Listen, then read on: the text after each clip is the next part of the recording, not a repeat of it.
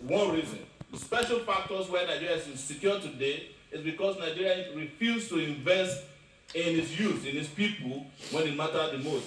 As a matter of fact, when they had a chance to do it, they wasted the opportunity by staging what is known as FESTA, Festival of Arts and Culture, where Nigeria decided that they had too much money. They don't know what to do with it. So they invited the whole world to a feast in Lagos, known as FESTA.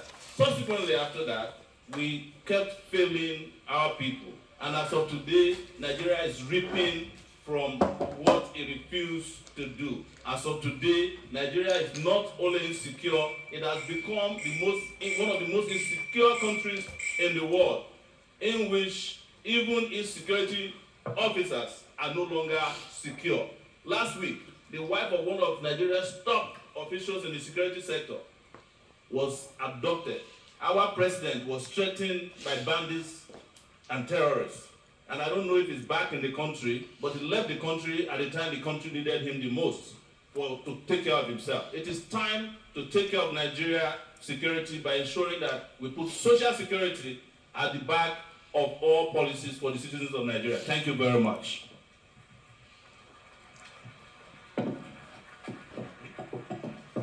Please, once again, we appreciate you. We know you have support for the candidates on the stage, but the rules are the rules. No clapping, please.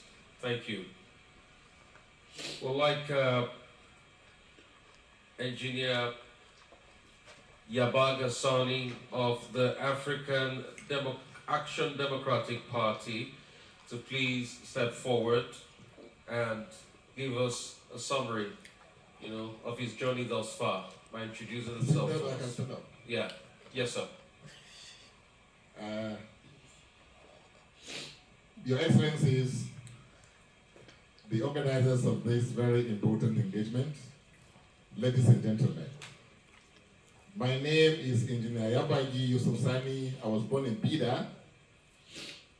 I schooled in Bida and Kontagora, all in Niger State.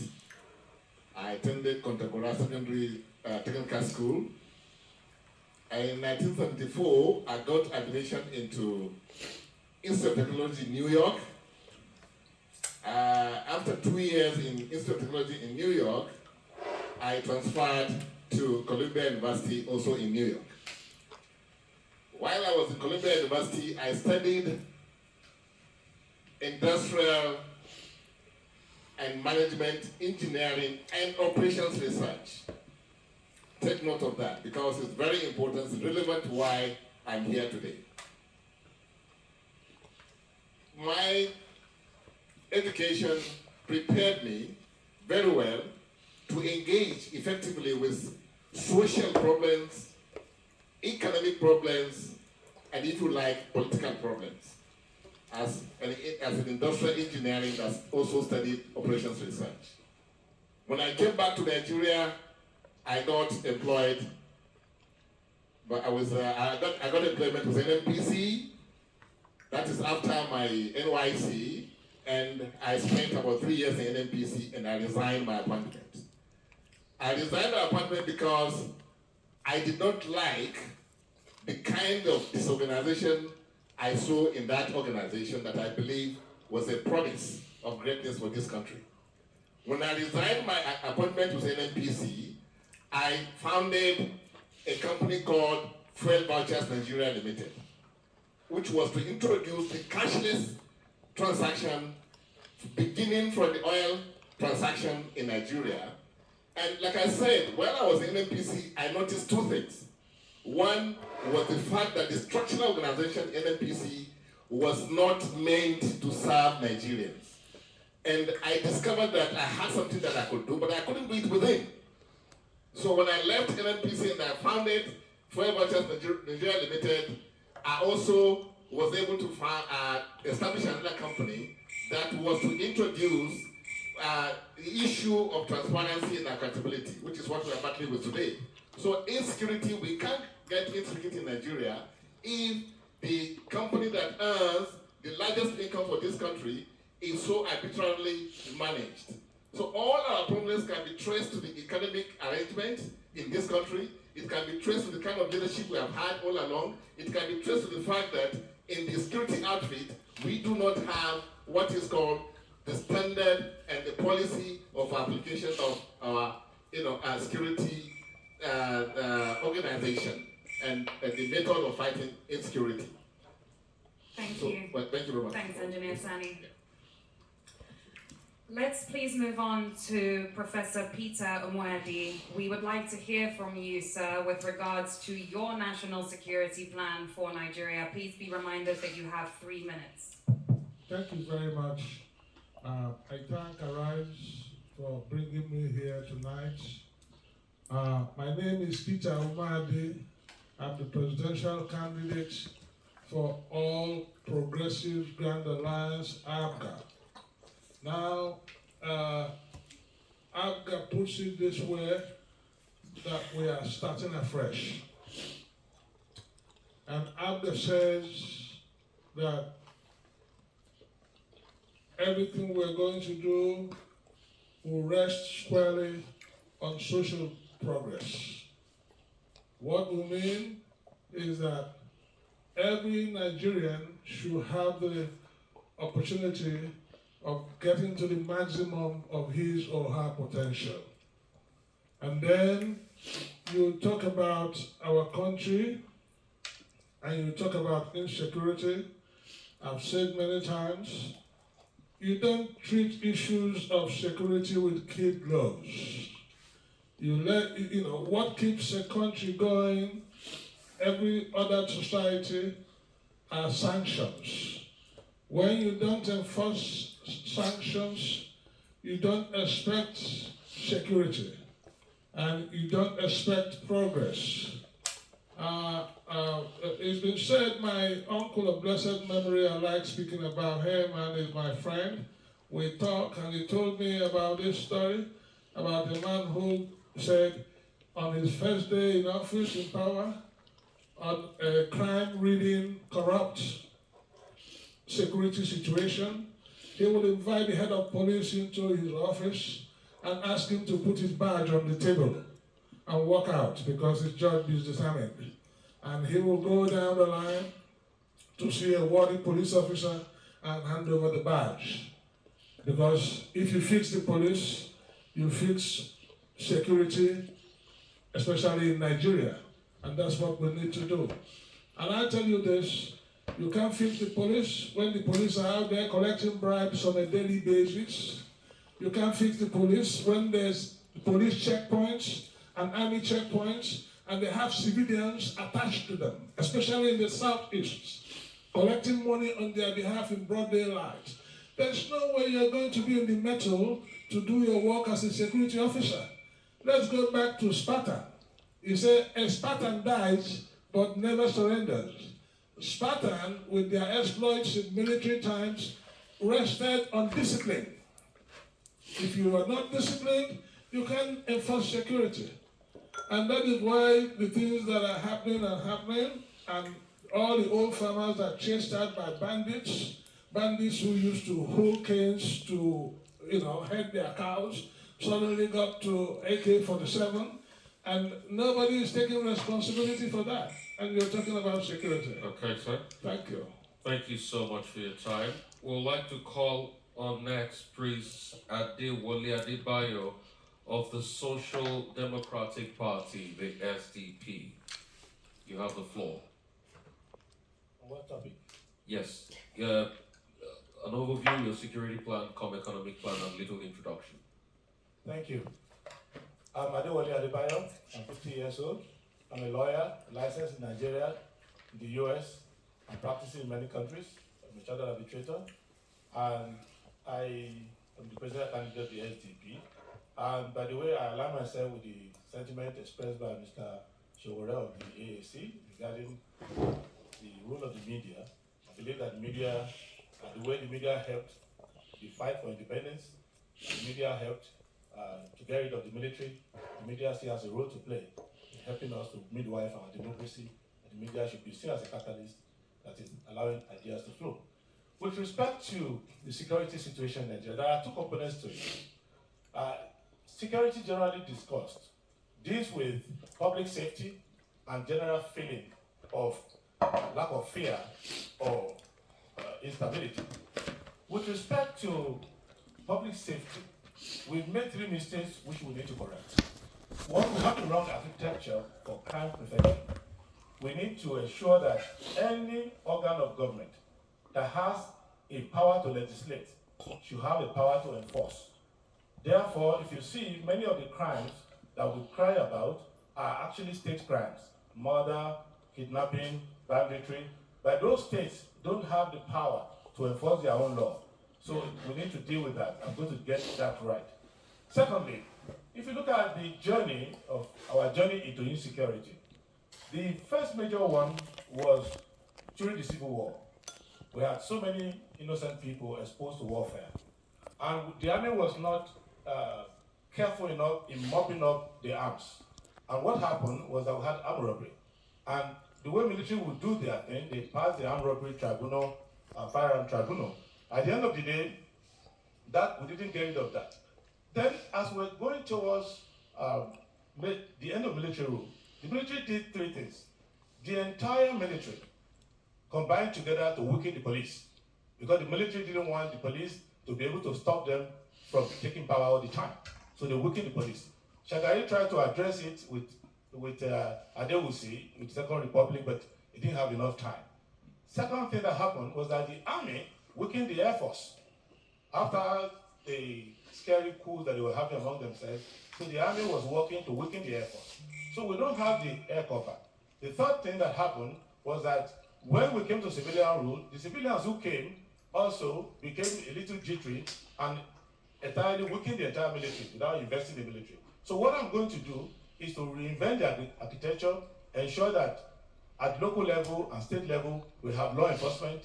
Then the Air Force is able to give air cover and ensure that intelligence, which is warehoused in the office of the NSA, is depoliticized, and that we can combine all of this together. You have a strong architecture, and you will see that it will do. Okay, thank you so much. So we will start with the questions now, deeply on security. And this will cut across all the candidates. It's a question about what you will do if you are president. Only last Tuesday, INEC said 242 polling units with 142,261 registered voters in 10 local government areas of Katsina State are under serious attacks, serious threats for the elections. This could have implications on the elections and disrupting our democratic process. If you were Omoyele Sowore, Nigeria's next president, how do you intend to address the widespread insecurity in the country? So, the president of a nation is for the president to be the commander-in-chief of the armed forces. That we don't have in this country as of today. What you have is a rogue system of security in which everybody is doing what they like. And other elements within government use whichever security agencies they have to carry out their own nefarious activities, sabotaging the Nigerian people. That's one statement of fact we must tell ourselves. The second aspect of it is that I am not Nigeria's president today. If I had been voted for in 2019, you would not be talking about places being taken over, because I have divided the security problems in Nigeria into 3. One is the usual enforcement, physical security. The second aspect of it is collection of intelligence, analysis of intelligence, and execution of intelligence. But you can only collect intelligence if you have intelligent people running intelligence organizations. I was detained at DSS for 5 months. They were there watching BB Niger instead of collecting intelligence, analyzing them, and using that to stop terrorists and bandits. I was there when they recruited them to go to Kogi State, and I'm stating facts here, to go and rig election for the current governor of Kogi State. You cannot run a country like that and expect to be safe when your intelligence officers who are supposed to collect intelligence are not doing it. But one thing we must state categorically before I announce what I will do about it, is that Nigeria has to resolve the problem of inequality, hunger, poverty, before we can be talking about using guns. It has been known that countries that are doing well economically usually or rarely even use guns because their citizens are happy. When you're not happy and people have been cheated over time, you will not get solution to this problem. But to not talk about what I would have done in Katsina is that we have always known that Katsina was under siege. And don't let us deceive ourselves. Katsina is not the only state that is under siege. Kaduna, southern Kaduna is under siege.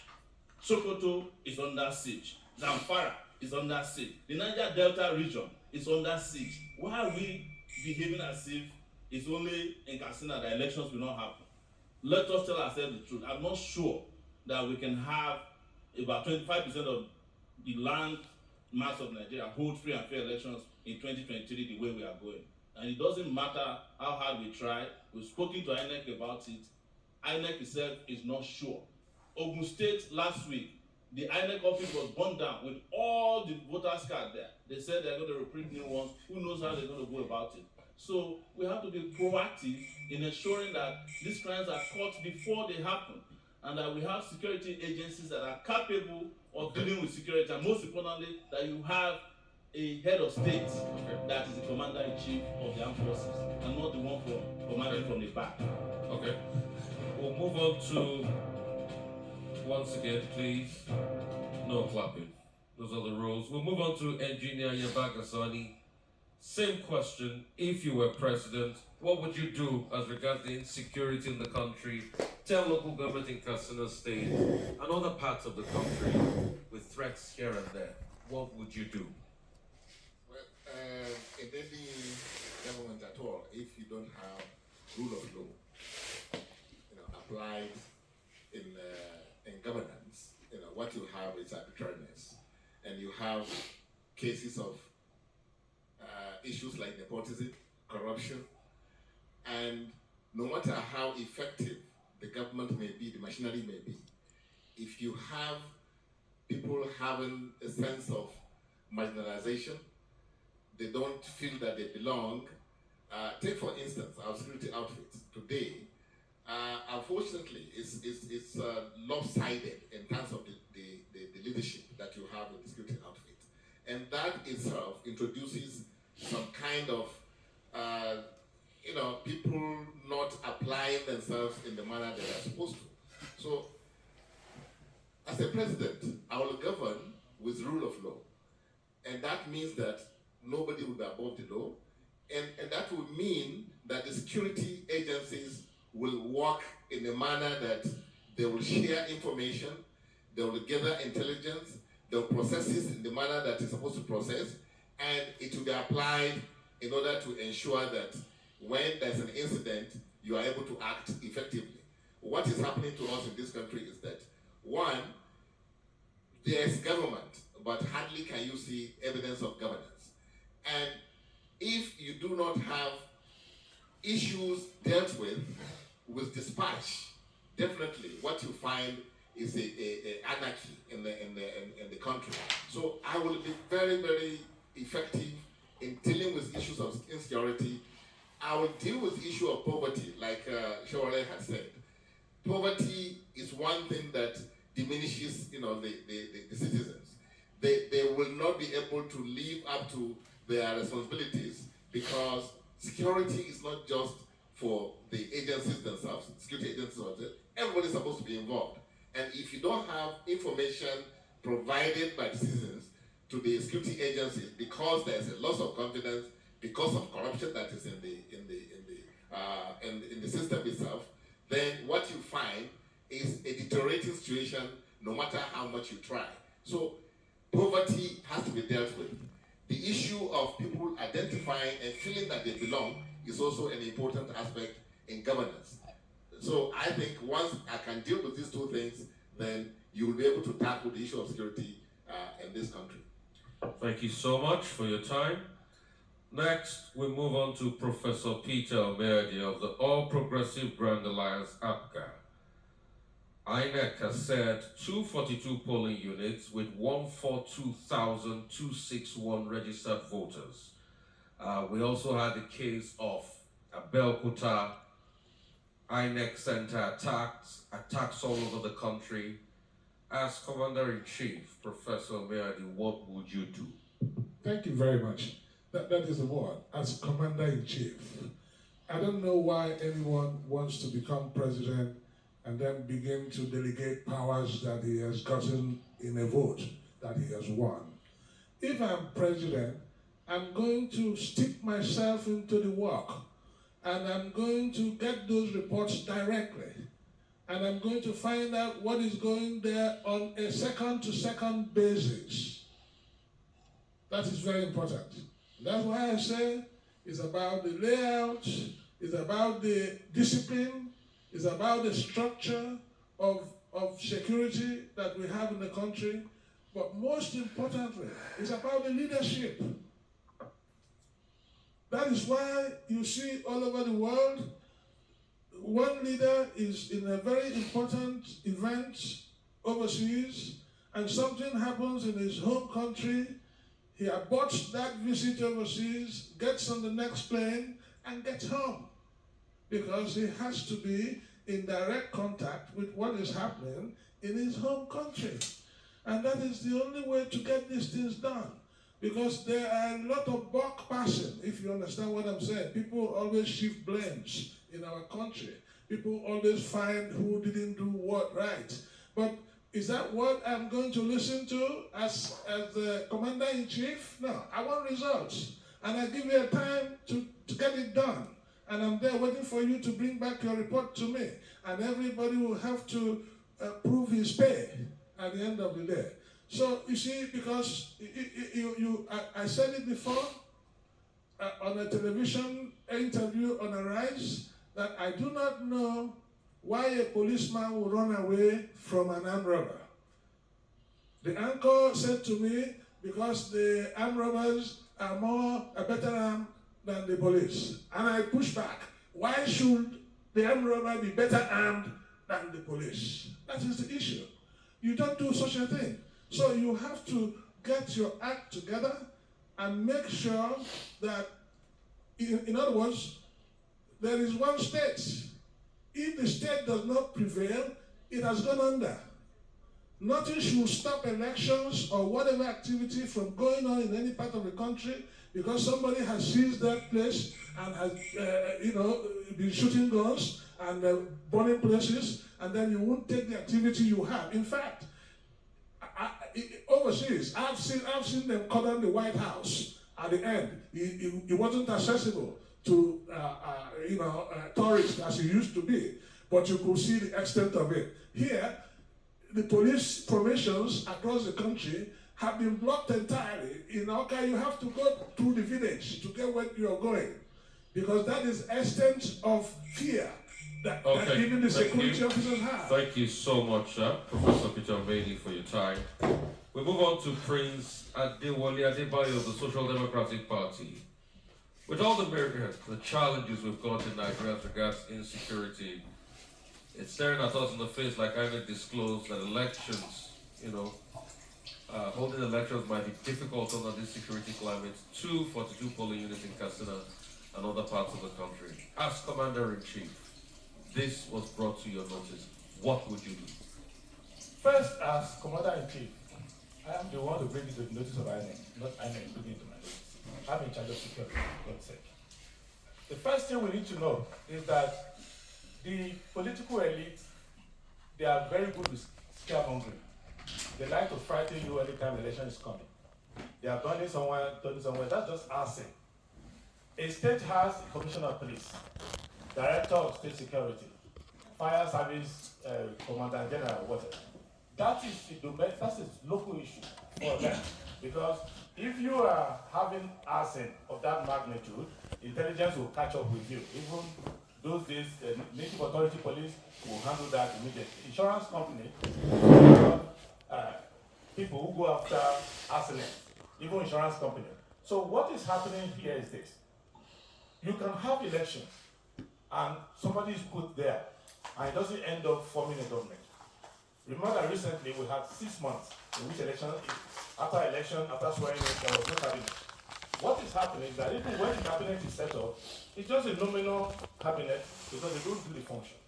What we need to understand is that the insecurity in this country stems and starts from the base. All the things you see outside, if you put a proper commander-in-chief in place, and they are not using security as a way to compensate people, they are managing the security architecture well. What we call big crimes in Nigeria are very minimal. So the problem in the country is this, and I'm going to fix it as follows. One, you have to ensure that you do not bring political activists, supporters into the security architecture. Right now, that's where most money goes, and that's why they bring all kinds of incompetent. People got fired for incompetence in their career, get brought back to come and manage this money. And instead of facing the issue of insecurity and collaborating with one another, what they do is that they fight one another for budget. So even this one of trying to manage against arson and all of that to ensure the elections hold, they will not cooperate. They will be fighting about who's going to control the money. That's where the problem is. Last week or so, I was with the president in Owerri when the police were doing their planning for the election. I listened attentively, and I discovered that the president came there, didn't give them any direction, cut the tape and gave a few speeches, disappeared. And at the end of the day, you see that there is nothing that's been done. What I'm going to do, therefore, is to ensure that you form a proper government, you run the services. These are small problems, and we can deal with them, I can assure you. Thank you, Prince Adebayo. We are now going to turn to our panelists. Our panelists this evening will be proposing questions to our presidential candidates.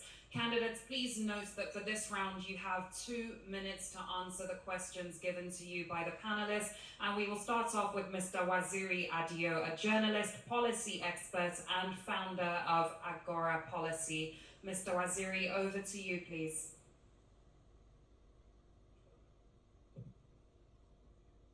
Thank you very much.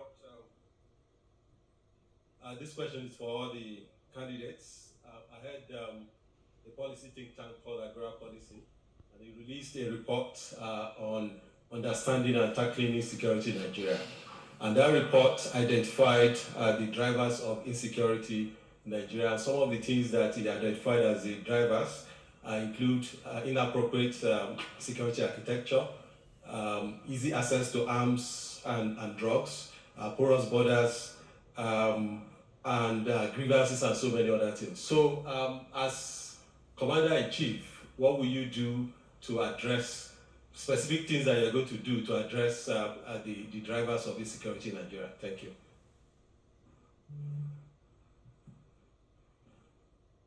Mr. Omoyele Sowore, let's start with you, please. Thank you, Waziri. Waziri was a student of the University of Lagos when I was president of the University of Lagos. Together, we delivered democracy to Nigeria in the 90s, eventually. So it's good to see you. And I want to say that what you've stated are the same things I have been addressing, that inequality drives insecurity, corruption drives insecurity, lack of borders. I stated it recently that one of the most bizarre policies of this current government was the closure of borders. You cannot close what does not exist. Nigeria doesn't have borders. And I can state it categorically because I used to be a border rat. That is to say, I sneak into Nigeria and out of Nigeria, not as a smuggler, but because I was wanted by the government for a long time. There are houses in Ogun State that the back is Nigeria, the front is Benin Republic.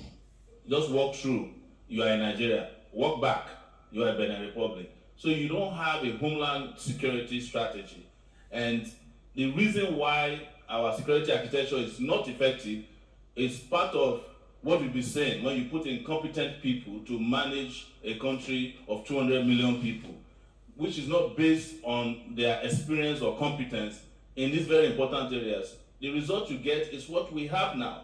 And I hope Prince Adewale is not saying that the political activist is not good. I'm a political activist, you know, don't compare me with Kenyamo and the rest of them. This country is in need of a political activist president who understands activism and politics for the sake and for the good of the people of Nigeria. So all of these are things that can be addressed equally. But what you have not mentioned, because you worked at 90, is that Oil companies are owing us $6.4 billion they haven't paid in debt. If they paid us, we wouldn't have to be running to China to be borrowing money. And that will show our own local security. Your time is up, sir. Thank you very much. Thank you very much. Engineer Sani, over to you, please. The issue of insecurity cannot be separated from the poverty, that has been visited on Nigerians. And the issue of corruption, like I've always said, it's endemic, especially if you look at the two sectors of the economy that matter in how to govern a nation. You look at the armed forces, you look at the major sector of the economy. And when you're looking at major sector of the economy today, you cannot but look at NNPC. And unfortunately for us today in this country, the two sectors that matter are under the Commander-in-Chief, which is Mr. President. And in those sectors, we have endemic corruption.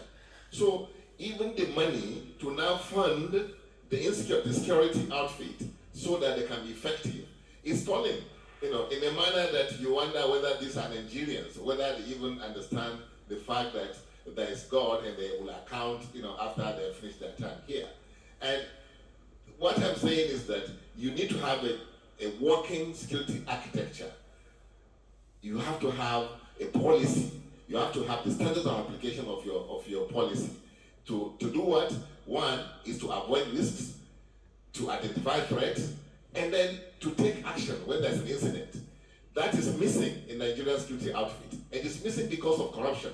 Because there is nobody that is in charge effectively. Nobody has been punished for all these things. No matter how much money you put there, if you do not have discipline in the security. We've heard of cases of service chiefs that have stolen so much money, people have come out, and then what happened? They were rewarded with appointments. Instead of being punished. So how, in that sense, can you get security in the country? So this is where we must begin, to be able to govern, and then govern, like I said, rule of law will be our mantra. Because if you have rule of law, everybody now will comply. Your time is up, sir. Thank you. Rules apply. Professor Mwadi, I'd like to come to you now to answer Mr. Waziri Adio's question, please, sir. Thank you. I would honestly say, let us not shy away from the question of insecurity itself. Overwhelm insecurity. Then you begin to talk about the ancillary issues of what else causes it. In other words, the direct confrontation of getting to an old woman, an old man who is farming, and deal with him and make him run away from his farm. So where is government? Who is coming to stop that from repeating? That's it. Let's tackle insecurity head on. Let's win the war. Let's be on top of the situation. Then we can begin to talk about ancillary issues. You talk about porous borders, and we'll talk about not knowing where the border actually is. It's because we have not been sincere. You see, going forward, if Nigeria wants to be a strong nation, we have to define ourselves and say, okay, it doesn't matter. If I'm president, I will say, let's start from whoever that is here. I had a friend. When I left school, I went to see him at Idiroko. He was in customs. And he took me to the border. He said to me, Peter, well, let me not say exactly what he said for decency. But he said, put anything in the bag. Anything, just put it in the bag. I'll cross it here for you. That is through the custom border. Not to talk about, like I said, the numerous tracks that people access day and night. That's at Idiroko. We hear what is happening in the north. It doesn't exist. So, but is that how a country should be run? We are not sincere. So we have to draw a line somewhere and then get on the head of what is the problem. And then when you've done with that, you begin to do the rest. Your time is up, sir. Thank you. Last but not least, Prince Adebayo, over to you. Okay, there are 5 things we need to do, and we can get the rest straight. One, we should stop using law enforcement to solve political problems. So there's no reason why Nnamdi Kanu should be facing DSS or police. His problem is political. So stop using political solutions and making them look like law enforcement. Because of lack of truth and lack of justice in this country is creating tension. But a good head of state will apply political solutions. Remember, there was a time the army was fighting with the chief in the First Republic. It never resolved anything. The republic collapsed. So we deal with that. Secondly, the government itself has to know that you can't have a lot of ungoverned spaces in the country. Yesterday I was at Mobi. I went to the border with Cameroon. I came down to Song Hong, all the way down. I didn't see the Nigerian Army until I got to Jalo Cantonment in Yola. So, and if you go to Magadali, there's a warfare going on there. So I look at that sector, it shows to me that the footprint of the army is very thin. Third point, if you look at the community, I had meeting with community leaders all over Adamawa State. Within the community, they have solutions to their problem. I spoke with the emir, I spoke with the vigilante people. So there's anything that is confusing us here in the elite class does not confuse them. They show me their defense mechanism, they show me why they were able, because I was sitting down and eating at a place where Boko Haram had its headquarters. And I was asking them, how can you be here? They said, this is what we do. The fourth thing we need to do is to ensure that those who are in government do not enjoy proceeds of insecurity. Until you address that, because that's where they have all their billions coming from. Until you address that, and as Commander-in-Chief, I will address that effectively. I will not do my politics using security money, which is what they do now. That is where I start showing leadership, and I will not bring politicians into the security architecture to raise money for the next election. Thank you. Thank you so much for your time. Really appreciate you. We'll take the second panelist question. Kemi Okoyedo, Executive Director, Partners, West Africa. We will go straight to her for the next panel question. You've got 2 minutes, please.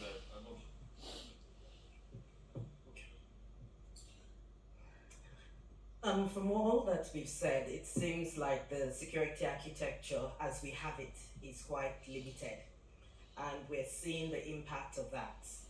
And we've also seen at the subnational and at the regional level emergence of new security architectures in the likes of the Ebubeagus and the likes of the Amotekus. Do you think these structures need to come under one platform? And if yes, what are your plans in bringing all the structures together? If no, why?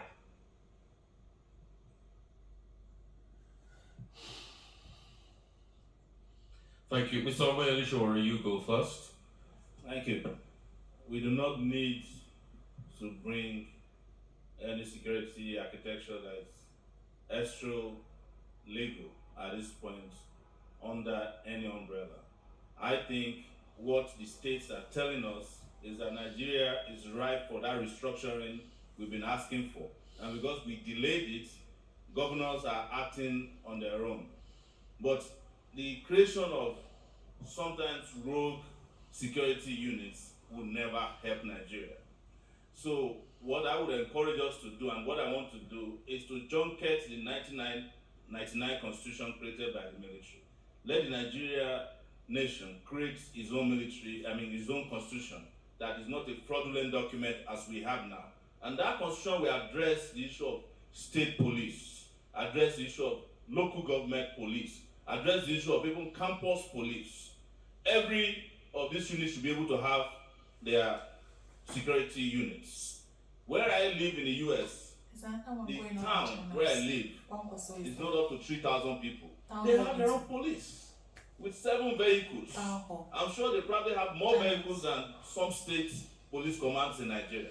I'm exaggerating. Fact checkers, you don't have to worry about that. Yes. But the truth is that until we fix that constitution and allow states, local governments, towns, cities to have their own security units and not the ones controlled or formed by governors who, whenever nobody's watching, we're going to use them to rig election or beat up people. Because if we do that, then we can train all of these police units in a unified way. And the federal police can intervene if they go rogue. There's no need to put them under the federal mercenary system we call security now. All right, thank you so much for that. Engineer Yabaka Sani of the Action Democratic Party, your response to that question? Well, I think as a government, I will not allow a situation where you have regional, police that were formed out of desperation, because why? If you do that, it's a recipe for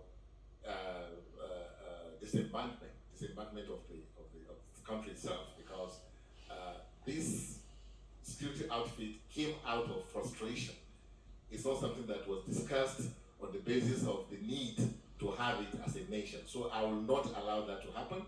What I will do is to allow the Constitution to take its course, meaning that if you look at the Constitution we have in this country, it's a living document.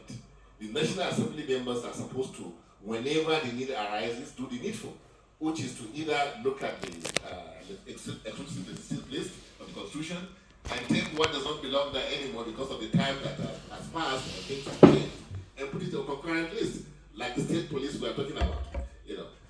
The National Assembly should deal effectively with that, not out of frustration. Segments of the country will now bring out their own security outfit. Those will be outfits that will be antagonizing the national security that you are trying to solve, which means it is a wrong way to go. And the way to address all these things is still issue of poverty. If we have today almost 70% of Nigerians out of job, you have another 35% that of 50% that are vulnerable. You cannot have security in such a environment. So I will tackle the issue of poverty, and then tackle the issue of insecurity. Thank you so much, Engineer Sani there. Professor Peter Omedi of APGA, 2 minutes, sir. Yes, thank you. I support the creation of state police, which will mean amending this constitution at item number 45 in the exclusive legislative list. Down in our laws, there are room for local government police. And about the vigilantes that are coming up across the country, they should be allowed to operate. But the critical question is how they can effectively work with arms. And then that is the conundrum where headsmen have AK-47, and then people who are fashioned to secure towns and villages are denied the same. But there's something, let me put it with all respect, that I'm tinkering with. Could we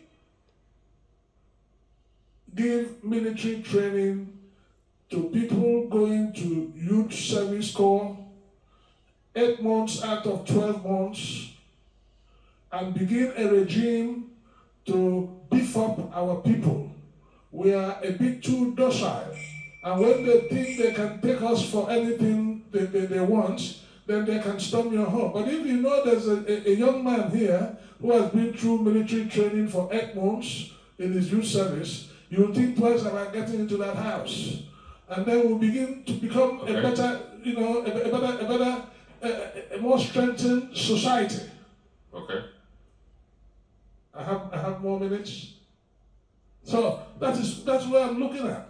So if we look at it, and then it's something to go by, then I'll go for it. It's time up. Thank you so much for your ideas. Prince Adewale Adebayo.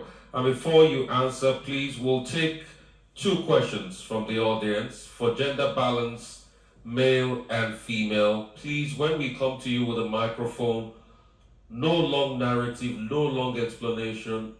Kiss it.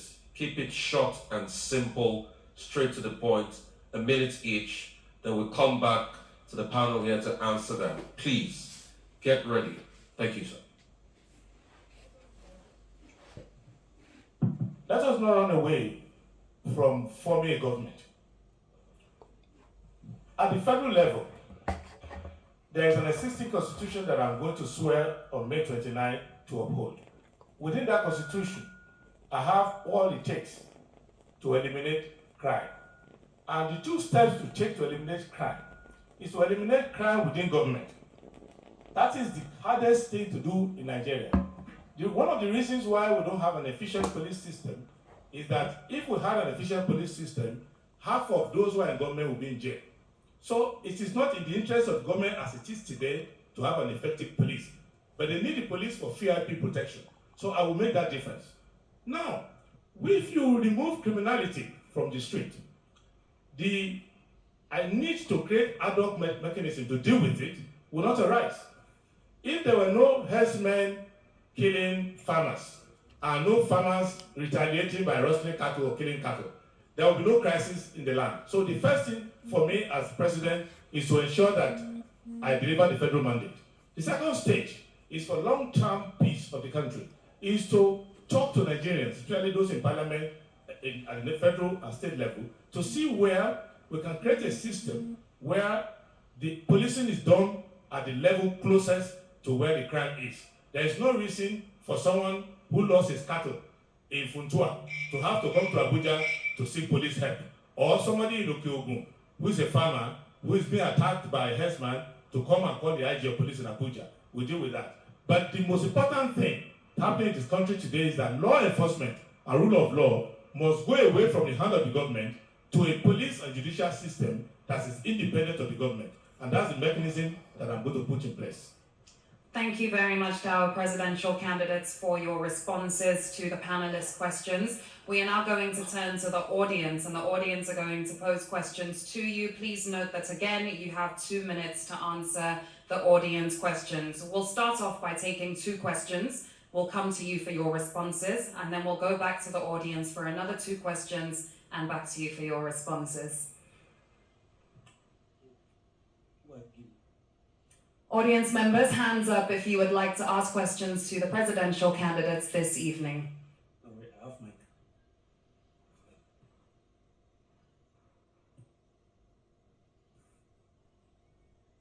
Thank you. Good evening, Your Excellencies. My name is Sidney Usman Godwin, and my question is directed to the presidential candidate of the African Action Congress, Mr. Omoyele Sowore. So, I've watched you over time on the streets of Nigeria demanding for the betterment of this country and the future generation.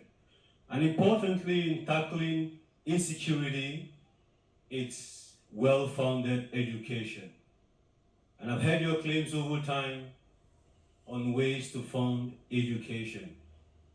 There have been denials to those facts. I want you to state that beyond every imaginary doubt that we have the resources to fund education. And first of all, can education eliminate insecurity in Nigeria? If yes, how best should it be given to Nigerians and prepared for future generations? Thank you.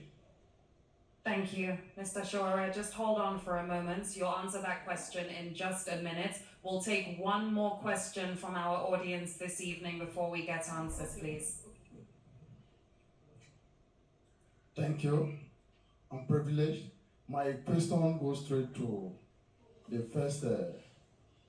My name is M.I. Ada. My question goes to Mr. Sowore. Now, as a border rat and a political activist, how do you assure Nigerians that information, some on your platform, that are not true and unverified, how can you be in the seat of president without telling Nigerians, just as you do now, on information that are not true and unverified? Instance are some presidential candidate and the sitting president, and the last memorable one is the one of Professor Zenatok Abiola, who is presently on your platform. Can we now be sure that you are not agent of CIA, or that you can not undermine the constitution of Nigeria, where you are made a president, the way you undermine the constitution of your out of your profession to tell Nigeria what ought not to be? Thank you. Thank you for your question. No clapping, please. A reminder, no clapping this evening, please. Audience, we will come back to you for more questions. Mr. Shaware, 2 questions directed at you. Are you an op for the CIA? I want to answer that very clearly. No, I'm not a CIA agent. If I was, Buhari would have disappeared from the surface of the earth when he detained me. You can't do that to a CIA agent. I'm a Nigerian who never even accepted a US citizenship, even though I lived there for 20 years. And you talked about the fact that you found information on my platform. I think you're talking about Sahara reporters. That is not true about the president. You didn't say which one is not true. Is it the fact that he was sick and we reported it, that he will spend months in the UK? Is it the fact that he's sitting on a corrupt government? Is it the fact that he has used his position to enrich the cabal that works for him? Which of it? Is it the fact that there's corruption in the NNPC? Is it the fact that they gave jobs to their children in the Central Bank of Nigeria, while the children of the poor cannot get jobs? You didn't come up with anything. You are talking about one Dr. Abiola. I don't know the person. I've not written for Sahara reporters in a long time. I spent time in jail, you know. I couldn't have been writing Sahara reporter stories from detention. I was confined to Abuja for 3 years. I couldn't have been writing for Sahara. I can write from anywhere, no doubt, but I have not been doing Sahara reporters. I know probably you came with the Dr. Abiola because she was arrested ahead because her police orderly was battered. This is not where to prosecute that. Go to the IG's office. The other part of it, please, I want to speak about is education. It's very important to me. And the best way to address it first and foremost is budgeting. That we meet the budget that has been prescribed for education. We need education, and I believe education can solve crime, the right education. Because some people who are also involved in crime are educated, a lot of them, especially those in government. Serious education, serious criminals. So education don't automatically wipe out crime, but education can help uplift people and can create citizens that can build their countries out of poverty. Thank you very much. All right, thank you very much. No clapping once again. No clapping. I know it's kind of instinctive to want to clap, but please try it.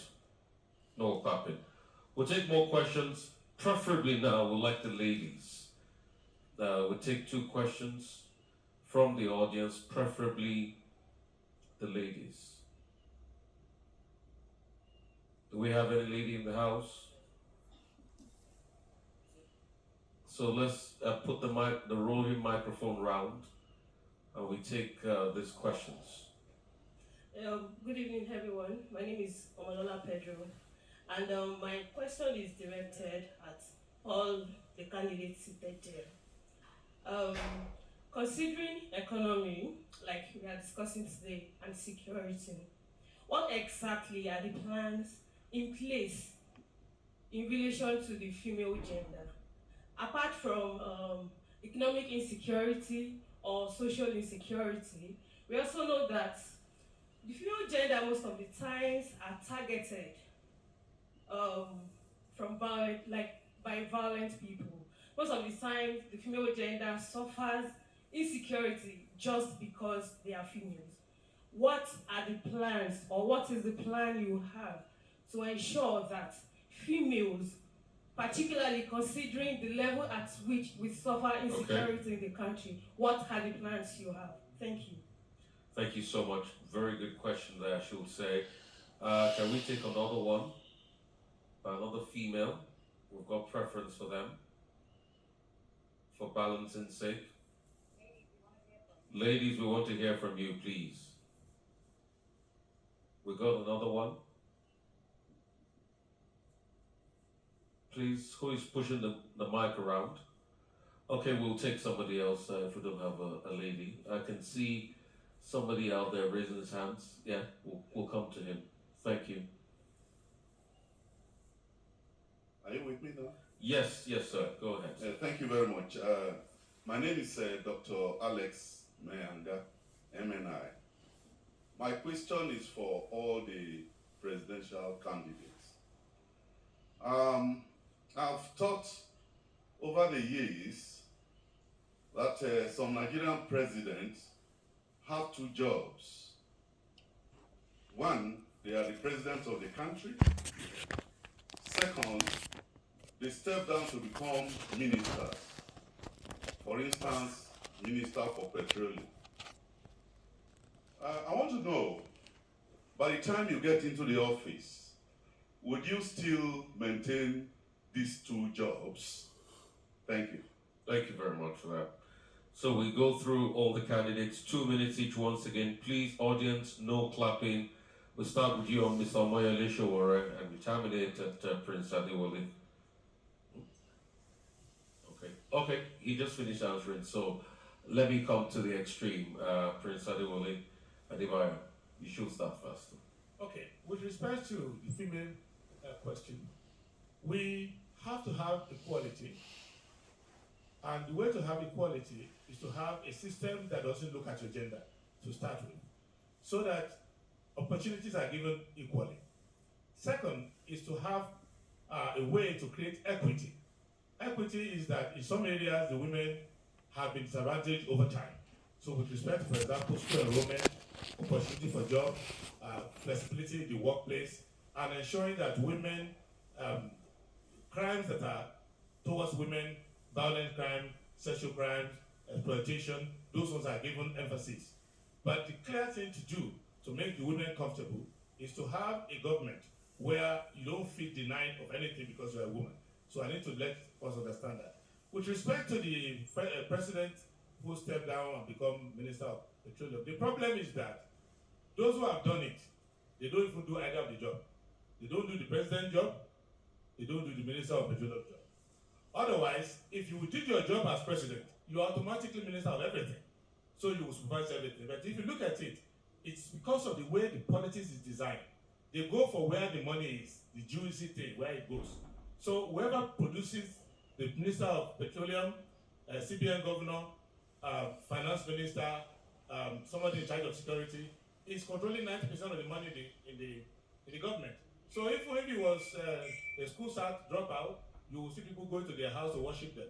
So they are fighting among themselves as to who's going to control the money.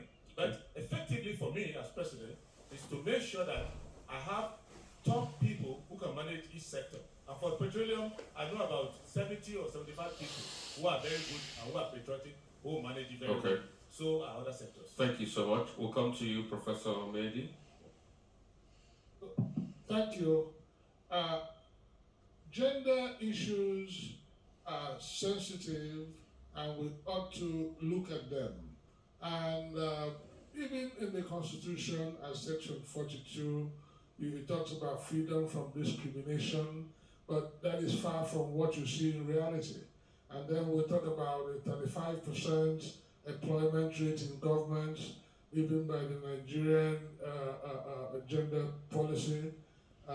It's been knocked down in the court recently. But effectively, I wouldn't want to, I want to rope it up with children, especially, because I did a lot of work since 2008 when we tried to entrench the Child Rights Act. We had that pilot seminar in Kaduna. Now, as I'm speaking, 11 states in Nigeria have not domiciled the Child Rights Act. I have a passion for it. And those 11 states are in the north. But it does not remove the fact that all over the country, both in the north and in the south, there are children hawking day and night, carrying on their head what money you cannot use for a bottle of 2 bottles of beer. And they go around the place every day on that. You see, we should not allow that. So the vulnerability of the woman will also be done together with that of the child. And the other one, I want to my time about the president being minister. Yeah, working 2 jobs, being Minister of Petroleum. But you've got limited time. No, I won't do that. I'll concentrate on being president of Nigeria. Thank you so much. Engineer Egbasoni will come to you real quickly. Mr. Omoyele Sowore, if you can answer in just about a minute 2 of the questions put together, because you had answered some questions before that. Yes, to answer the question of gender balancing, I think we have an affirmative policy which says that women should be given 35% of the positions in government. I think I will uphold that and then ensure that I also work with National Assembly to ensure that as many women as possible get into the Assembly, so that when they are making the laws that will protect everybody, they will also ensure that the gender issue is addressed properly. Then number two, the issue of Mr. President becoming a minister of a particular ministry. I don't think it's necessary. The president is supposed to be a leader. He leads. He is supposed to identify managers, people that are effective, that are experts, that have track records, and then all the ministers are actually exercising the powers of the president. It's delegated to them. So whoever is the minister is like a president in the ministry where he's supervising. So there will be no need for that. What will be needed is you give them KPIs. I will ensure that I have feedback. I will ensure that I engage with them as often as possible. I will ensure that they are doing the things they're supposed to do so that Nigerians will have impact of my presidency. Thank you very much. Thank you very much for your time. Mr. Wayne, right? The problem started where women had started accepting percentages in representation. I looked at the election roll, INEC election roll recently. There are more women in this country who are qualified to vote than men. When are women going to, nominate a woman, vote for the person, and force your husband to vote for a woman, and solve this problem of equality at once? Why am I saying it? Nigeria has a ministry for women affairs. I've never heard of a ministry for man affairs before. But there was a time in this city, Abuja, that I think it was in the APC, that a man was applying to be voted into the women's leader position.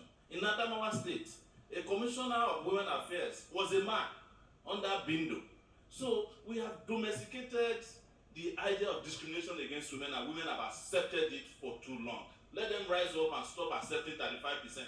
If you are not 35% of the population, if you are almost 51% of the population, 50-something% of voters, why are you accepting 35% representation in government? You have accepted and internalized this oppression, and it's gone on for too long. To solve it, stop accepting it. Revolt against it, women, so that you can take over for some time too. Men have been in power for too long, and they've messed up our world. Time for women to rise up and take their place. The issue of being a minister well, you all know that being a minister is the only ministry they're interested in is oil. If you really want to be a minister as a president, try being Minister of Tourism, so that you oversee all the tourist centers that have been abandoned. Then I will know that you are serious. This is just, governance in this country is a joke, and that's one of the reasons why it is a big joke. Mr. Shawara, thank you. Thank you to all presidential candidates for your responses to the questions from the audience. It's now time for that part of the town hall where we turn to Premium Times for fact-checking your claims that have been made so far this evening. Please note this is one of two fact-checking rounds that will go on this evening. We will have a second one after the section on the economy. I would like to call on the representative from Premium Times to let us know what statements are true and false this evening, please.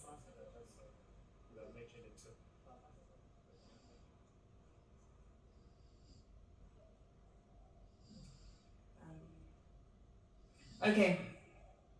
It's just been decided that we will be merging all of the fact-checking to take place at the end of the event this evening. So fact-checking won't happen just yet. So that means it's time now for a quick 5 minutes break. And as soon as we are back, we are going to turn to the economy and get your thoughts and hear what you have to say. Stay with us.